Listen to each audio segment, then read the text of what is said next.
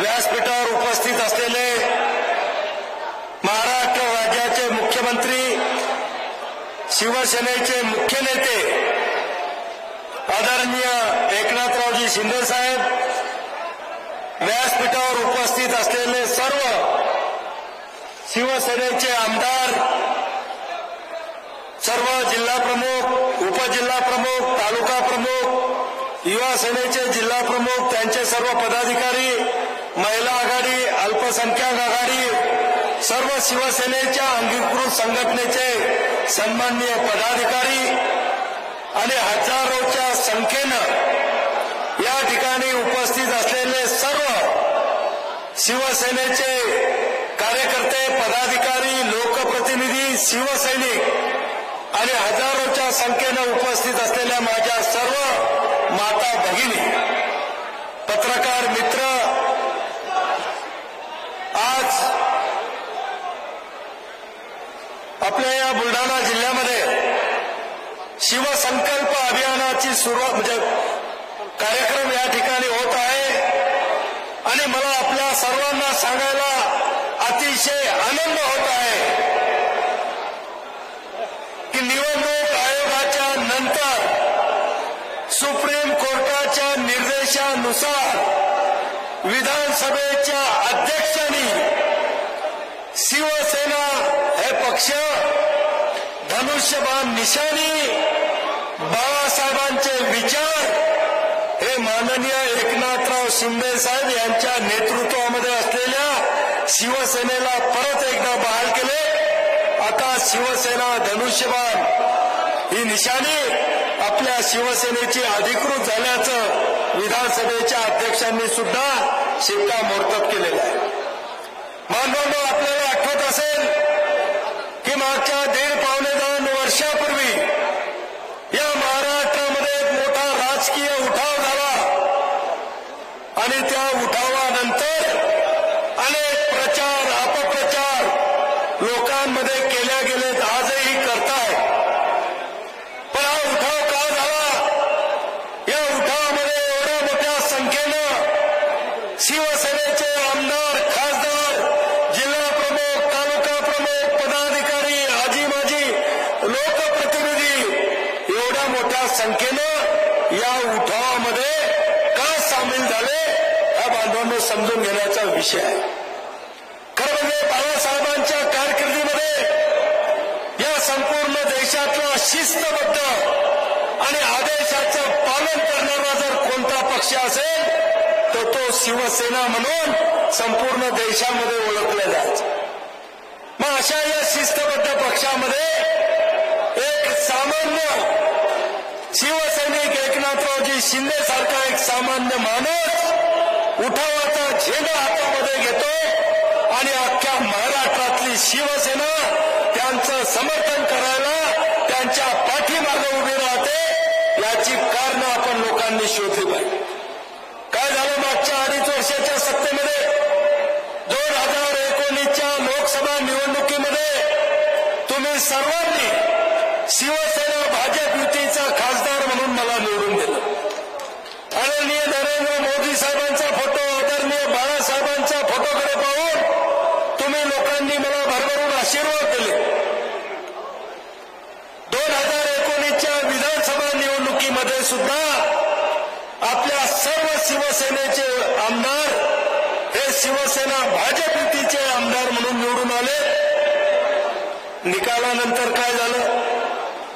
वेगवेगळी कारणं सांगून ज्या मित्र पक्षासोबत आपण 30 वर्ष युती केली, ज्या मित्र पक्षाची आणि आपली हिंदुत्ववादी विचारसरणी हे आपण त्या ठिकाणी जाणून सोबत राहिलो, स्वतःला मुख्यमंत्री पदाची खुर्ची घेण्यासाठी त्यांनी या युतीला बाजूला सारलं। 30 वर्षाच्या युतीच्या मित्रासोबत गद्दारी केली, बाळासाहेबांच्या हिंदुत्ववादी विचाराला तिलांजली दिली आणि मुख्यमंत्री पदासाठी ज्या लोकांसोबत आपण 30-35 वर्ष लढलो, ज्यांचा आपण कडाडून विरोध केला, त्या काँग्रेस आणि राष्ट्रवादीच्या मांडीला मांडी लावून तुम्हा आम्हाला बसायला भाग पडलं, तेही बसले. मग काय झालं 2.5 वर्षामध्ये? कोरोनाचं निमित्त सांगून घराच्या बाहेर निघाले नाहीत. 2.5 वर्षाच्या कारकिर्दीमध्ये फक्त 2.5 घंटे मंत्रालयामध्ये आले. बाकीचे त्यांच्या सोबत असणारे पक्ष शिवसेनेला गुणकृत करण्याचा प्रयत्न करत होते. शिवसेनेच्या आमदाराला अपमानाची वागणूक मिळत होती. खासदाराला विचारलं जात नव्हतं. जिल्हा प्रमुख पदाधिकाऱ्यांच्या भेटी होत नव्हत्या आणि सगळी शिवसेना अस्वस्थ होती. मांजराच्या गळ्यात घंटा कोणी बांधायचा या प्रतीक्षेमध्ये सगळे शिवसेनेचे आमदार, खासदार, जिल्हा प्रमुख, सगळे पदाधिकारी आणि जनता. आणि ते एक मोठं धाडस एकनाथराव शिंदे सारख्या एका सामान्य शिवसैनिकांनी हे केलं. त्यांना आमदाराचं दुःख, खासदाराचं दुःख, आपल्या शिवसेनेच्या संघटनेच्या लोकांवर होणारा अन्याय, त्यांचा जागोजागी होणारा अपमान हा शिंदे साहेबांना सहन झाला नाही. काही झालं तरी हा उठावाचा झेंडा मी माझ्या खांद्यावर घ्यायला तयार आहे. मागचा पुढचा विचार न करता त्यांनी एक पाऊल पुढे टाकलं आणि अख्खा महाराष्ट्र हा शिंदे साहेबांच्या पाठीमागे उभा झाला. त्याचं कौतुक भारतीय जनता पक्षाच्या नेतृत्वाने केलं आणि माननीय एकनाथराव शिंदे साहेबांच्या नेतृत्वामध्ये महाराष्ट्राचं सरकार स्थापन झालं. या 2.5 वर्षामध्ये तुम्ही अनुभवता की या बुलढाणा जिल्ह्यातल्या प्रत्येक विधानसभा मतदारसंघामध्ये किमान 1500, 2000, 2500, 3,000 कोटीची कामं ही सुरू झालेली आहेत.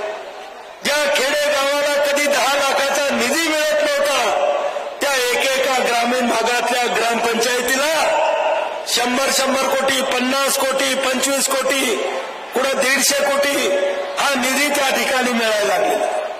शहराचा सर्वांगीण विकास होतोय. मग रस्ते असतील, मैदानं असतील, सौंदर्यीकरणाचे कामं असतील, ही मोठ्या प्रमाणामध्ये व्हायला लागली आणि लोकांना सुद्धा समाधान वाटायला लागलं की बरं झालं आपण एकनाथराव शिंदेंना साथ दिली आणि म्हणून हे विकासाचं जे आमचं स्वप्न होतं ते प्रत्यक्षामध्ये यायला सुरुवात झाली. काय झालं 2.5 वर्षामध्ये? बांधवांनो, आज शेतकऱ्यासाठी अनेक निर्णय आपल्या मुख्यमंत्र्यांनी घेतलेत. माननीय नरेंद्र मोदीजींच्या नेतृत्वामध्ये शेतकऱ्याला सन्मान निधी म्हणून 6,000 रुपये मिळत होते. शिंदे साहेबांनी तातडीचा निर्णय घेतला आणि महाराष्ट्र सरकार सुद्धा शेतकऱ्याचा सन्मान करेल. त्यामध्ये 6,000 कोटी रुपये 6 कोटी रुपये जे काही त्या ठिकाणी 6,000 रुपये मिळत होते त्यामध्ये 6,000ची भर माननीय एकनाथराव शिंदे साहेबांनी टाकली. आज आम्हाला 12,000 रुपये प्रत्येक शेतकऱ्याला हा सन्मान निधी नरेंद्र मोदी साहेबांचा आणि एकनाथराव शिंदे साहेबांचा प्रत्येक शेतकऱ्याच्या खात्यामध्ये येतो. एवढंच नाही तर शेतकरी विमा काढण्यासाठी एका शेतकऱ्याला 15,000पासून 40,000 रुपयापर्यंतचा खर्च यायचा आणि अनेक शेतकरी विमा काढत नव्हते. पिकाला संरक्षण मिळत नव्हतं. म्हणून शिंदे साहेबांनी मोठा निर्णय घेतला की या राज्यातल्या प्रत्येक शेतकऱ्याचा त्याच्याकडे कितीही एकर जमीन असो 1 रुपयामध्ये आम्ही विमा काढू. त्यामध्ये शेतकऱ्याचे ॲव्हरेजमध्ये 15,000 ते 20,000 रुपये वर्षाकाठी एकनाथराव शिंदे साहेब आणि त्यांच्या सरकारने त्या ठिकाणी वाचवलं.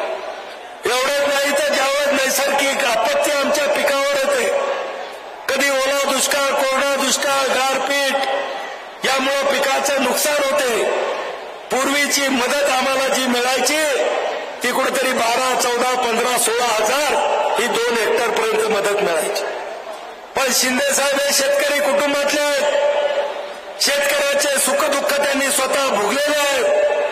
आजही मुख्यमंत्री असताना 2 महिन्यातून गावी जाऊन जे काही 2, 4, 5 तास वेळ मिळतो त्याच्यामध्ये स्वतःच्या शेतीमध्ये कपडे काढून त्या ठिकाणी ते शेती करतात. आणि म्हणून या आडामासाच्या शेतकऱ्यांनी निर्णय घेतला आता 2 हेक्टर नाही 3 हेक्टरपर्यंत हेक्टरी 13,600 आणि 3 हेक्टरवाल्या शेतकऱ्याला 40,000ची मदत त्याच्या खात्यामध्ये जमा होईल। मागच्या वर्षी आमच्या जिल्ह्यामध्ये अनेक शेतकऱ्याच्या खात्यामध्ये ती रक्कम आलेली। बांधवांनो, अनेक चांगले निर्णय घेतलेत। अनेक आमच्या ओबीसी मधल्या गोरगरीब लोकांना घरकुलं मिळत नव्हती। आज आपल्या महाराष्ट्र सरकारने एकनाथराव शिंदे साहेबांच्या नेतृत्वात ओबीसीसाठी 10 लाख घरकुलं बांधण्याचा निर्णय घेतला आणि अनेक गावांमध्ये त्या कामाला सुरुवात सुद्धा त्या ठिकाणी झाली। आमच्या महिलांचा सन्मान करण्यासाठी केंद्र सरकारच्या अनेक योजना होत्या, पण आमच्या राज्य सरकारनं शिंदे साहेबांच्या नेतृत्वामध्ये अनेक त्या ठिकाणी योजना जाहीर केल्या। त्या योजना मी सांगणार नाही, पण या बचत गटाच्या माध्यमातून महिलांचा सन्मान वाढला पाहिजे, महिला उद्योगपती झाली पाहिजे, महिला कमवती झाली पाहिजे आणि आमच्या ग्रामीण भागातल्या गोरगरीब कुटुंबातल्या महिलांचा कुटुंबामध्ये, समाजामध्ये आणि गावामध्ये मान सन्मान वाढला पाहिजे, म्हणून बचत गटाला प्रोत्साहन देण्याचं काम केलं। आज त्यांच्या मार्गदर्शनाखाली माननीय मुख्यमंत्री महोदयांना मी सांगू इच्छितो की माननीय मुख्यमंत्री महोदय बुलढाणा जिल्ह्यामध्ये बचत गटाच्या महिला वस्तू तयार करत होत्या, पण त्यांना विक्रीचं साधन नव्हतं। आज 100 त्यांचे विक्री केंद्र बांधून तयार झालेले आहे। आज आपण त्याचं उद्घाटन सुद्धा या ठिकाणी करणार आहोत की ज्या माध्यमातून या महिलांना दररोज आपण उत्पादित केलेला माल विकण्याची संधी त्या ठिकाणी मिळेल। एवढे काही या महिलांच्या वस्तू चांगल्या प्रकारे पॅकिंग व्हाव्यात आणि म्हणून तुमच्याच पत्रानुसार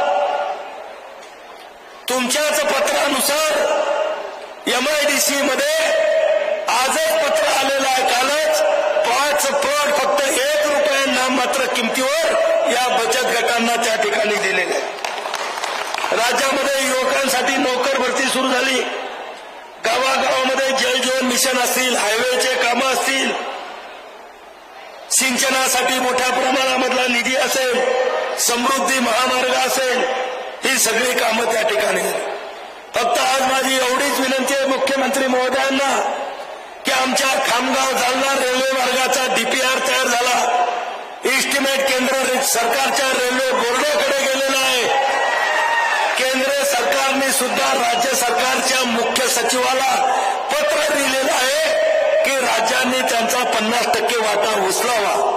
आणि मला सांगायला अभिमान वाटतो की मागच्या हिवाळी अधिवेशनामध्येच आपल्या मुख्यमंत्री महोदय आणि उपमुख्यमंत्री महोदयांनी अधिवेशनामध्ये कबूल केलेलं आहे की खामगाव जालना रेल्वे मार्गाचा 50% वाटा आम्ही उचलू। आणि माझी दुसरी मोठी एकच मागणी आहे मुख्यमंत्री महोदयाकडे की आमचा बुलढाणा जिल्हा अवर्षण प्रवण आहे। मोठ्या प्रमाणामध्ये शेतकऱ्याच्या आत्महत्या आमच्या जिल्ह्यामध्ये होतात। शेत जमिनीला सिंचनाच्या सुविधा नाही आणि म्हणून जो वैनगंगा नळगंगा प्रकल्प त्याला सर्वेला सुरुवात झालेली आहे, त्याच्यामध्ये पैनगंगाचा समावेश करून जर या पैनगंगेच्या खोऱ्यामध्ये ते पाणी आलं तर विदर्भातला फक्त बुलढाणाच नाही तर बुलढाणा, वाशिम, यवतमाळ आणि वर्धा या 4 जिल्ह्यातल्या शेतकऱ्यांच्या शेतीला बारमाही पाणी मिळणार आहे। म्हणून वैनगंगा, नळगंगा आणि पैनगंगा याच्या सर्वेक्षणाच्या कामाला मंजुरात द्यावी आणि खामगाव जालना रेल्वे मार्ग मी तुम्हाला सांगतो तो होणारच आहे, पण एकनाथराव शिंदे साहेबांच्या कारकिर्दीमध्ये तो पुरा होईल एवढी ग्वाही मी तुम्हाला या ठिकाणी देतो। खरं म्हणजे आज अनेक उभाटा गटातील पदाधिकाऱ्यांचे प्रवेश होते, वेळेअभावी आपण या ठिकाणी तेवढे घेऊ शकणार नाही।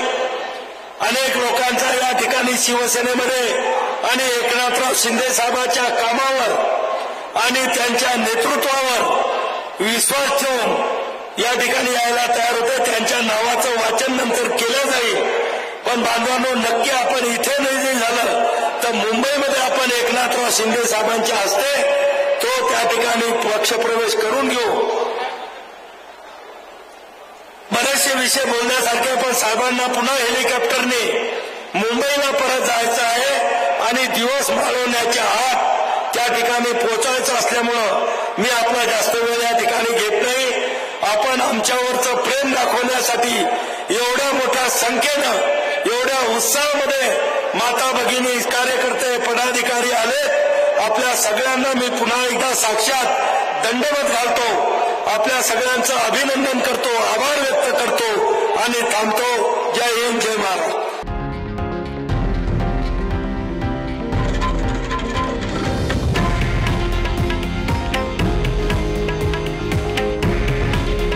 हे आहे देशातील नंबर 1 न्यूज नेटवर्क आणि आपण पाहत आहात TV9 मराठी। काळजी तुमची, हित महाराष्ट्राचं।